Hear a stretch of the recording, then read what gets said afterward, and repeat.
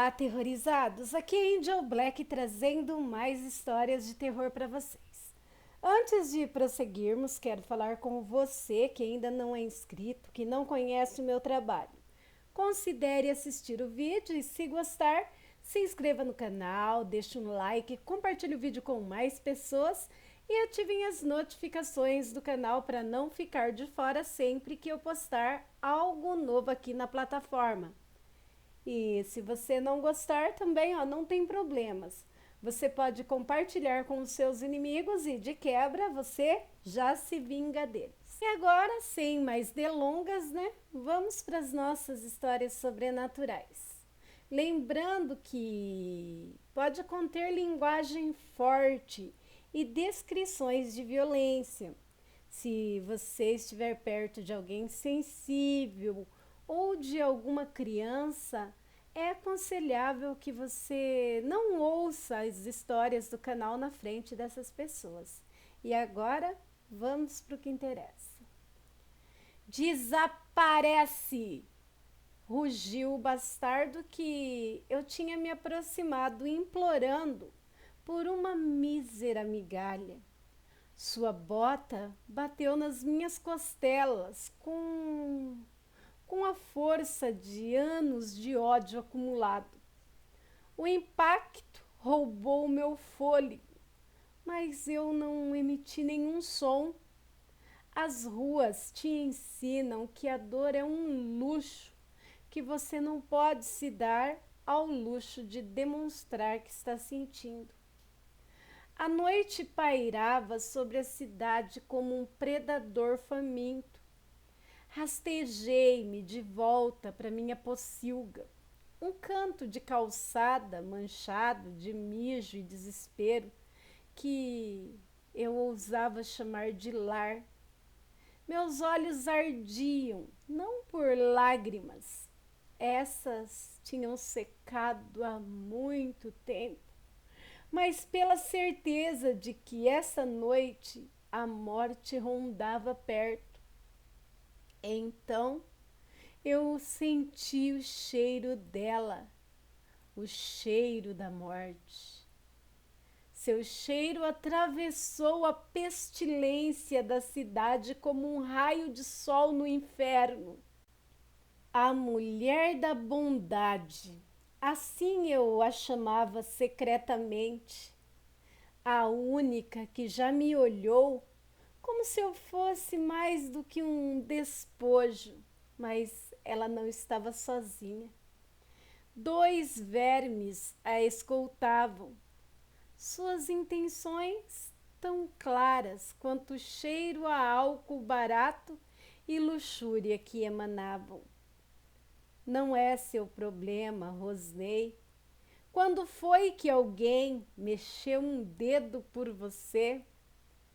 Mas algo no fundo do meu ser se agitou, uma memória enterrada há um tempo, um eco de uma voz gentil, um carinho gentil, talvez de uma vida anterior. Sem perceber, o meu corpo já estava se movendo, impulsionado por um instinto mais forte que o meu cinismo.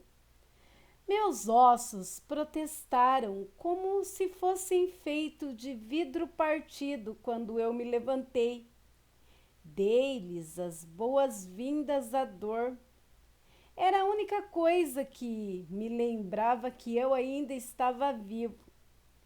Segui-os, fundindo-me com as sombras que tanto tempo tinham sido o meu único refúgio. Um dos rufias olhou para mim, seus olhos destilando o mesmo desprezo que eu já tinha visto 1000 vezes ou mais. Olha essa merda, disse a seu parceiro. Não sabia que lixo poderia andar. Mostrei-lhe os dentes em um sorriso que era pura ameaça. Pensei o mesmo quando os vi. O beco para onde eles estavam indo era um poço de escuridão e desespero, perfeito para as intenções dele e para as minhas.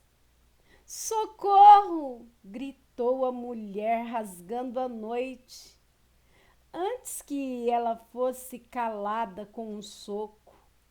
Algo desnecessário, porque naquela cidade infecta, ninguém responderia ao pedido de socorro. Ninguém, além de mim. Algo primitivo despertou dentro de mim, o predador que eu já fui, antes das ruas me transformarem em sombra. É agora ou nunca, cabrão, disse a mim mesmo. Atirei-me com um rugido nascido de anos de raiva e dor.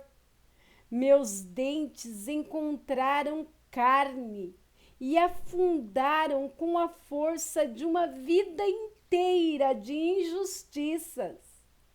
O gosto metálico do sangue inundou a minha boca, misturado com os gritos de dor e surpresa. Pi! Tire esse filho da pi de cima de mim! Senti golpes chovendo em cima de mim, mas não soltei a minha presa. Já não era o despojo que todos ignoravam, era a raiva e vingança encarnada. O tiro ressoou como um trovão na noite. A dor explodiu em meu peito, roubando meu fôlego. Caí, sentindo que a vida escapava de mim, enquanto os covardes fugiam com medo de que alguém viesse com o barulho do tiro, deixando para trás um rastro de sangue e terror. Virei-me para ela ofegando. Queria dizer-lhe que estava seguro, mas as palavras nunca foram a minha onda.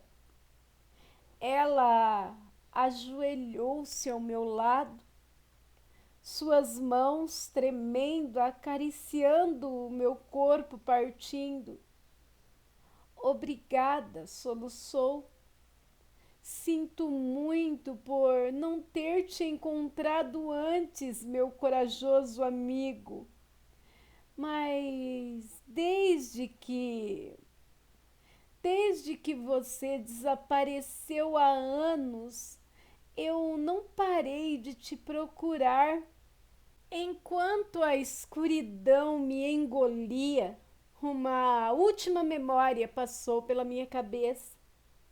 Aquela mulher mais nova brincando comigo. Em algum momento fomos felizes. Com um esforço final, minha cauda velha e maltratada mexeu-se uma última vez. Um gesto de gratidão, talvez de perdão, para um mundo que nunca tinha me mostrado clemência.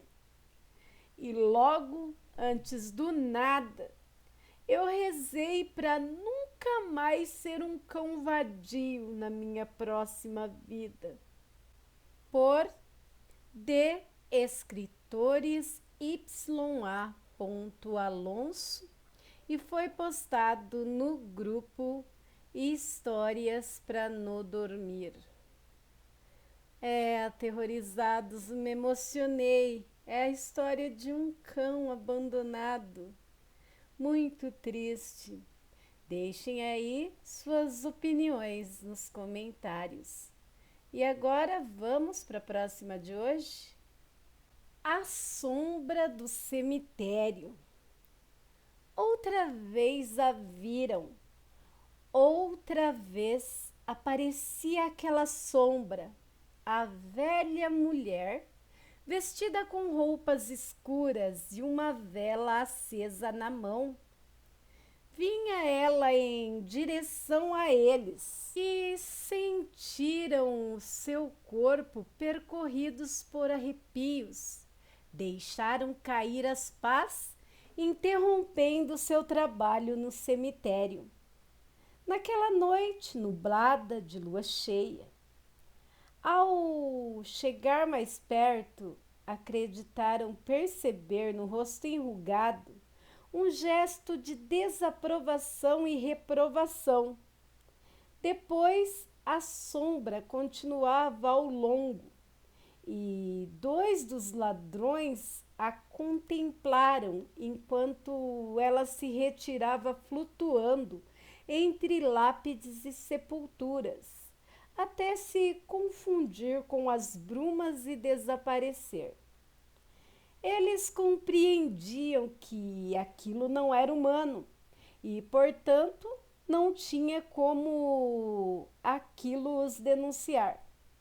Eles podiam, então, continuar tranquilamente com o seu saque. Eita, bandidos corajosos! Voltando aqui.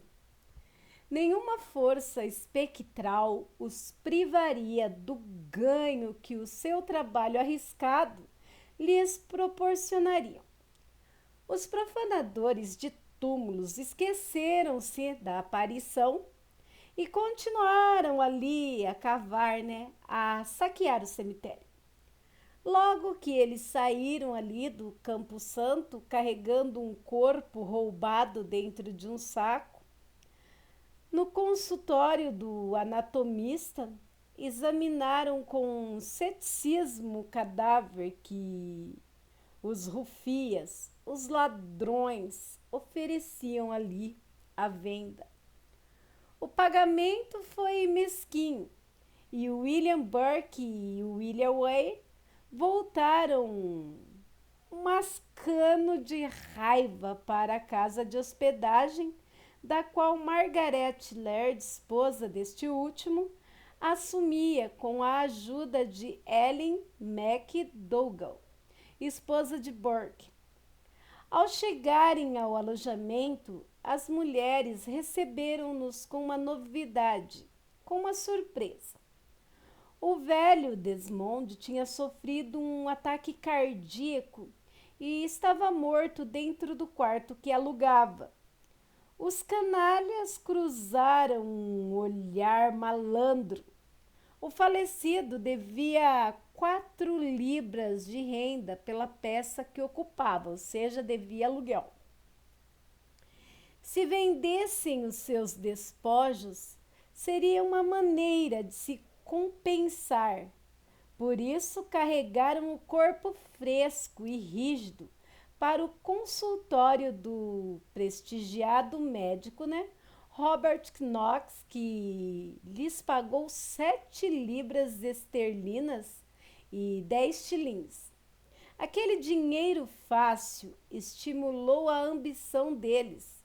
Eles tinham descoberto uma maneira de tornar mais rentável a sua atividade funesta: o homicídio. Joseph, um humilde moleiro, habitual hóspede da casa de inquilinato da senhora Ware, foi a primeira vítima.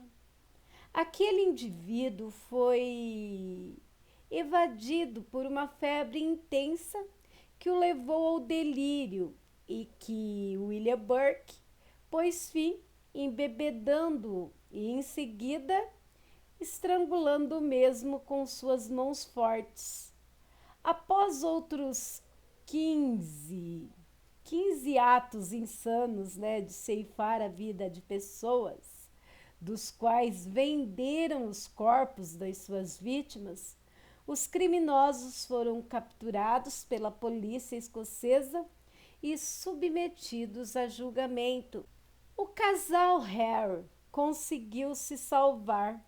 Salvaram sua pele, chegando a um acordo com o promotor, acusando seu sócio de ser o único responsável pela forma insana deles ganhar a vida. ceifando a vida alheia. No entanto, esses cúmplices, digamos assim, a longo prazo não sairiam assim tão livres. A taberna e pensão da mulher foi destruída pelos vizinhos, indignados, é claro, e ela foi forçada a fugir com um destino desconhecido. Seu marido, William Ware, depois de ter emigrado da Escócia para a Grã-Bretanha, enquanto trabalhava numa fábrica em Londres, foi reconhecido por alguns trabalhadores como o abominável profanador.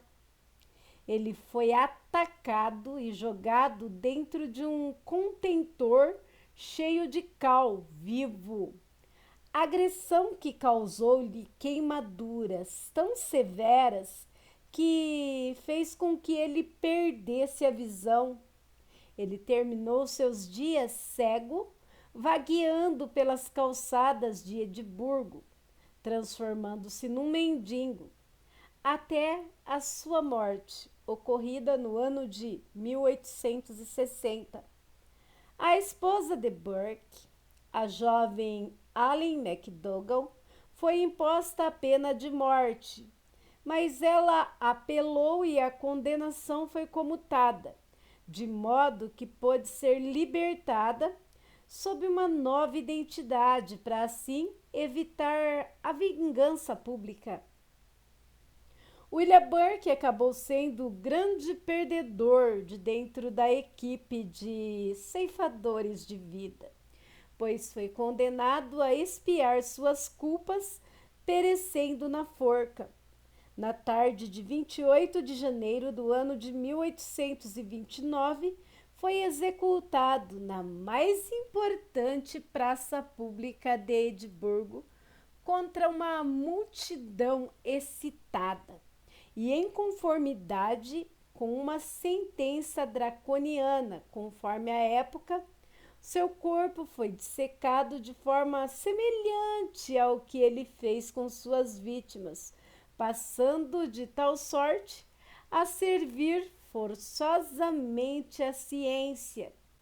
Dizem que ele teria contado ao seu padre confessor, horas antes do seu trágico desfecho, que o fantasma ameaçador lá do Campo Santo, do comecinho do relato, tinha voltado.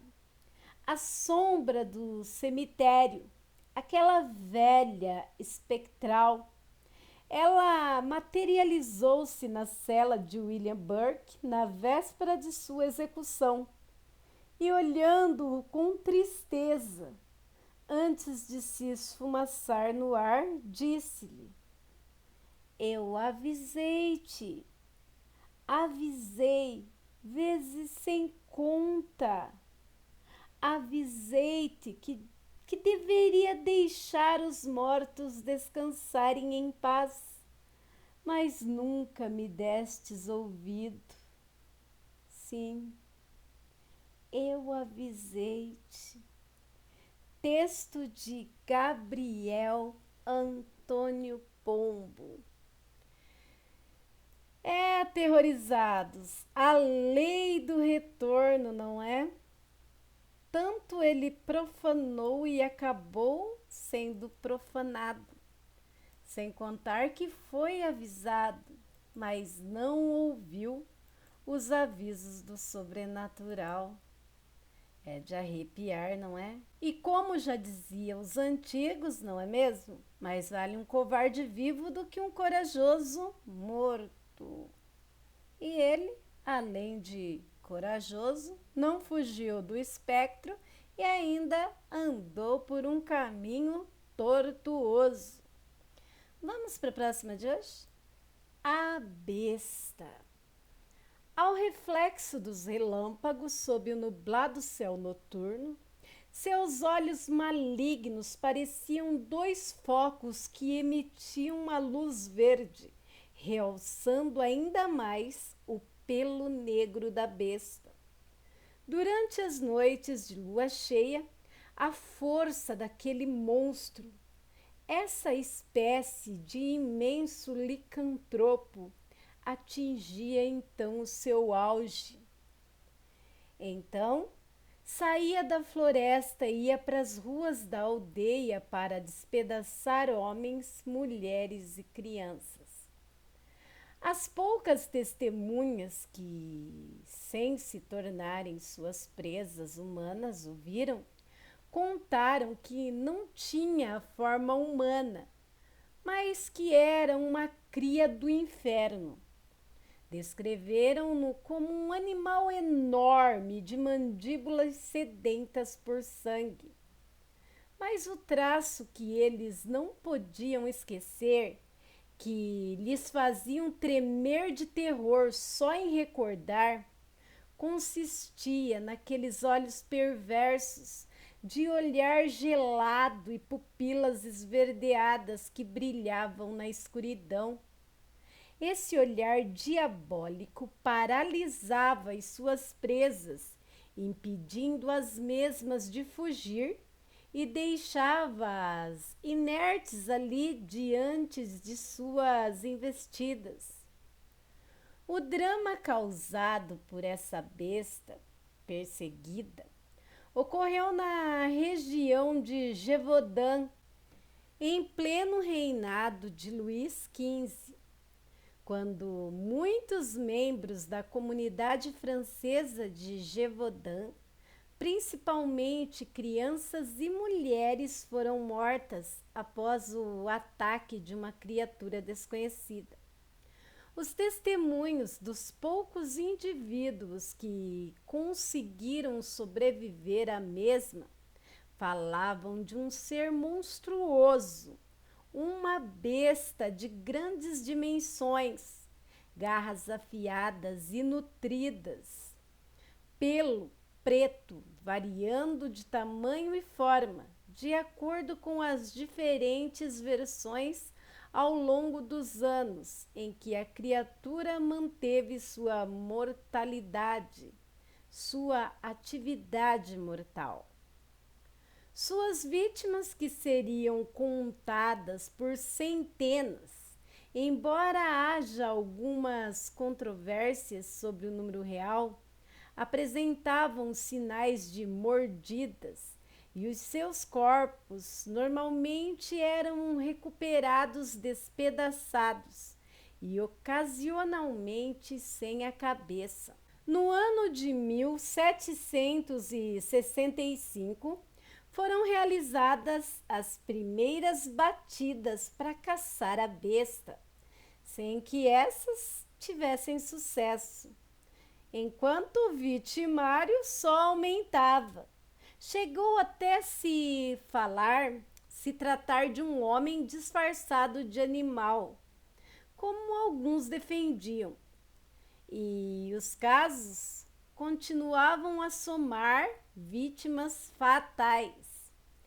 Por sua vez, o evento, os ocorridos, acabou por chegar à imprensa, começando uma cobertura dos acontecimentos raros no século XVIII para uma região rural e tão distante da capital como era Gévaudan. Além disso, as notícias da incessante caça à besta perseguida chegaram à corte de Versalhes, que decidiu tomar as cartas no assunto, enviando vários emissários para resolver de uma vez por todas o grave problema. Embora a coroa, a fim de calar rumores sobre a incapacidade de seus agentes, declarou oficialmente que a sinistra fera tinha morrido e o caso de Gévaudan tinha sido resolvido. As mortes continuaram até o verão do ano de 1765, quando o caçador Jean Chastel abateu com balas de pratas abençoadas um monstro sanguinário. Texto de Gabriel Antônio Pombo. Gente, eu já ouvi várias vezes, já li vários textos sobre a besta de Gévaudan. É uma história bem famosa, uma história infelizmente real. Muitos diziam se tratar de uma hiena perdida, outros de feras perdidas na mata. Outros também vêm falar que poderia ser um homem disfarçado. Mas o fato é que muitas vidas foram ceifadas, muitas vidas foram perdidas.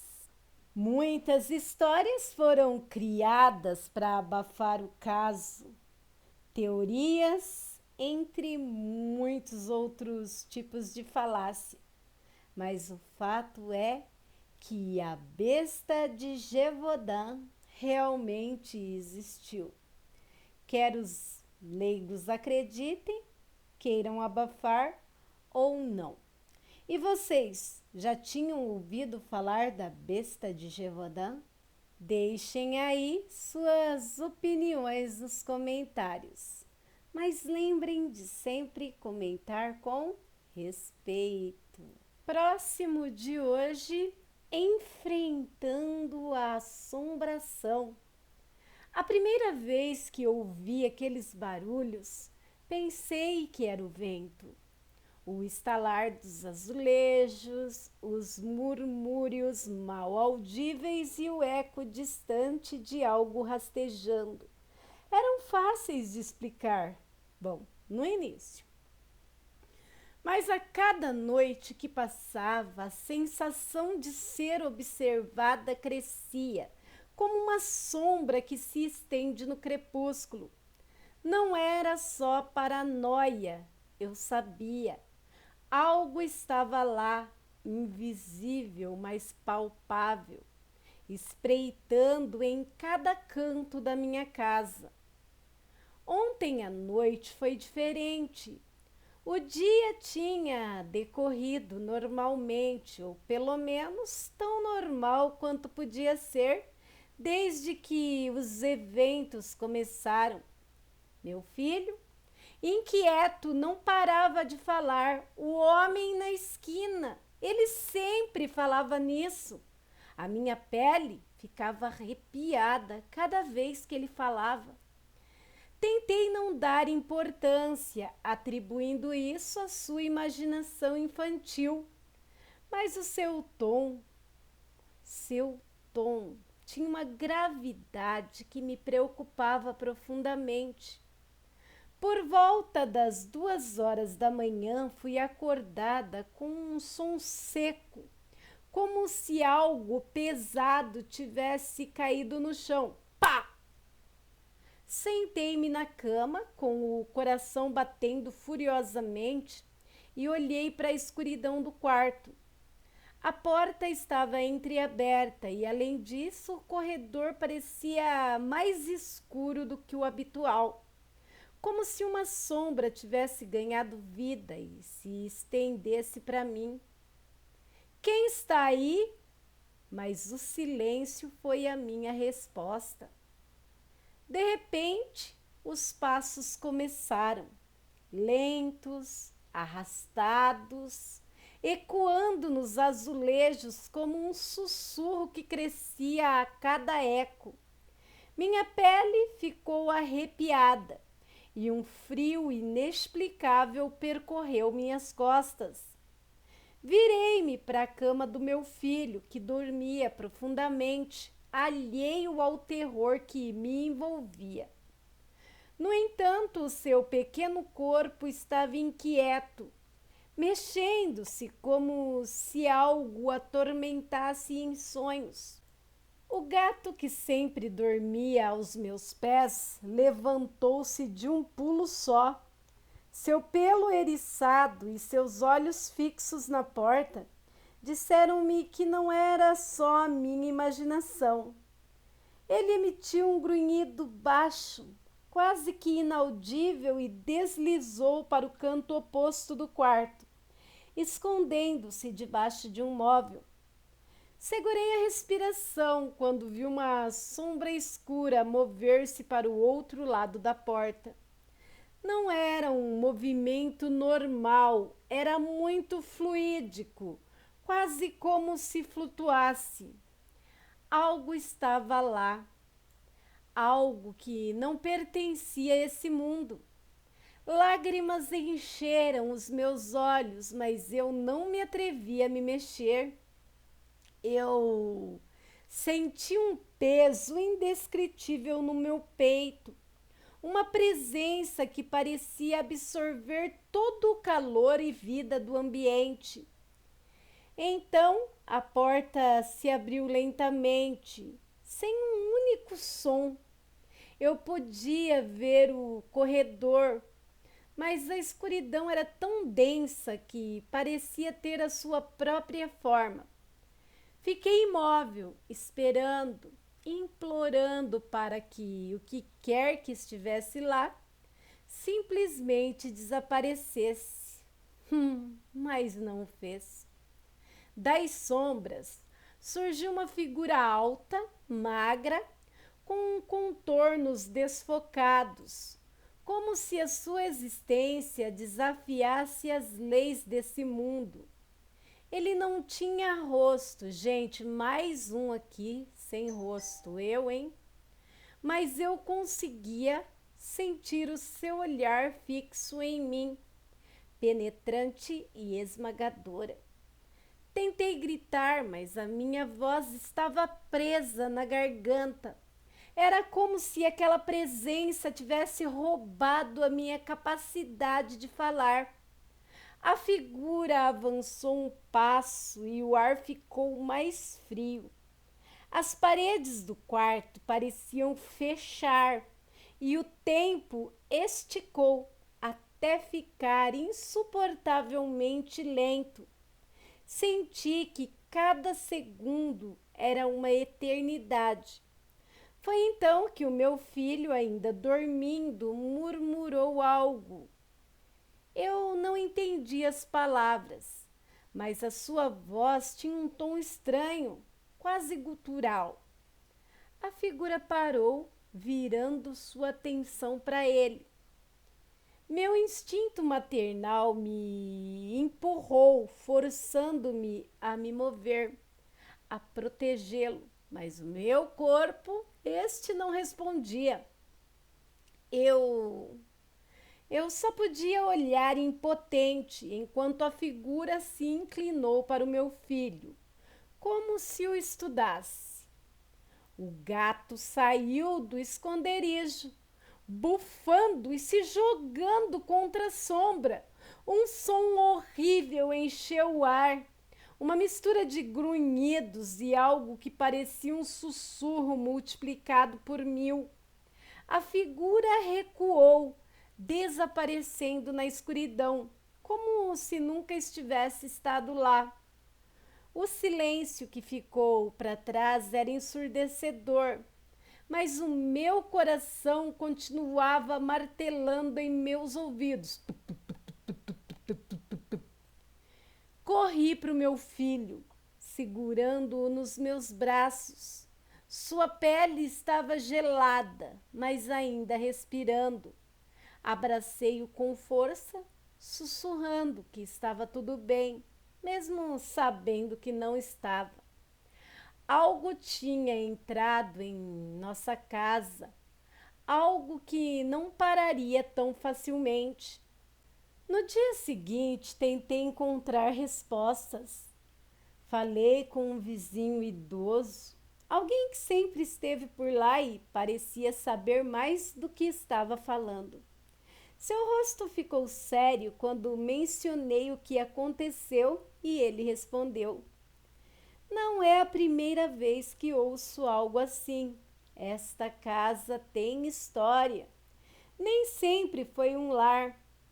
Há décadas aqui foram realizadas coisas que nunca deveriam ter sido permitidas. Que coisas? Indaguei. Quanto menos souber, melhor é para a senhora, respondeu, deu as costas e foi embora. Minha mente estava confusa de medo. Todas as noites os ruídos continuavam, os passos, os sussurros, a sensação de que algo estava me observando. Meu filho continuava falando do homem na esquina, descrevendo-o com uma precisão que me assustava. Ele está zangado. Diz que quer entrar, dizia ele. Um padre veio abençoar a casa, mas isso pareceu só piorar as coisas.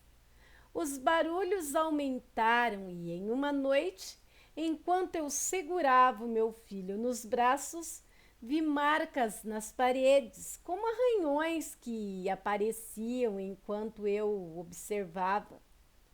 O ar estava carregado de um cheiro de queimado e uma sensação opressiva fazia de cada respiração um esforço. Uma noite, enquanto eu estava sentada na sala, eu ouvi uma batida ensurdecedora na porta da frente. Quando abri, não havia ninguém, apenas o eco de uma risada que parecia vir de todo lado e de lugar nenhum. Os dias se tornaram um tormento constante. Eu me sentia como uma prisioneira na minha própria casa, presa entre as paredes de um lugar que não era mais um lar, mas sim um território dominado por algo incompreensível. Minha saúde começou a deteriorar-se e o cansaço e o medo me empurraram à beira do desespero. Finalmente, uma noite decidi enfrentar o que quer que fosse que nos atormentava. Armei-me de coragem, levando comigo uma vela, um velho crucifixo que tinha pertencido à minha avó. Andei pela casa invocando cada oração que eu me lembrava, embora minha voz tremesse com cada palavra. No quarto do meu filho, o ar era mais frio do que em qualquer outro cômodo. A vela piscou e a sombra apareceu mais uma vez. Dessa vez não retrocedi. Levantei a cruz e gritei com toda a força que me restava: Você não tem poder aqui! Essa casa é minha! Vá embora e não volte nunca mais! A figura parou, como se minhas palavras a tivessem surpreendido. Por um momento, o tempo parou. Depois, lentamente desvaneceu, levando consigo o frio e o peso opressivo. Esta noite foi a primeira em meses que consegui dormir sem medo. Embora a casa estivesse silenciosa, eu sabia que algo tinha mudado. A presença tinha desaparecido, mas a sua passagem ainda estava lá, tanto nas paredes como nas memórias de nossas almas. Da obra Relatos del Muerto, capítulo do Mais Negro, edição 2024, México. Tradução e adaptação, também pesquisa, Sérgio Gitel. Gente, essas histórias de casas com obsessores, com seres apegados e até mesmo com demônios, poltergeists, são recorrentes aqui no canal e também nos canais parceiros.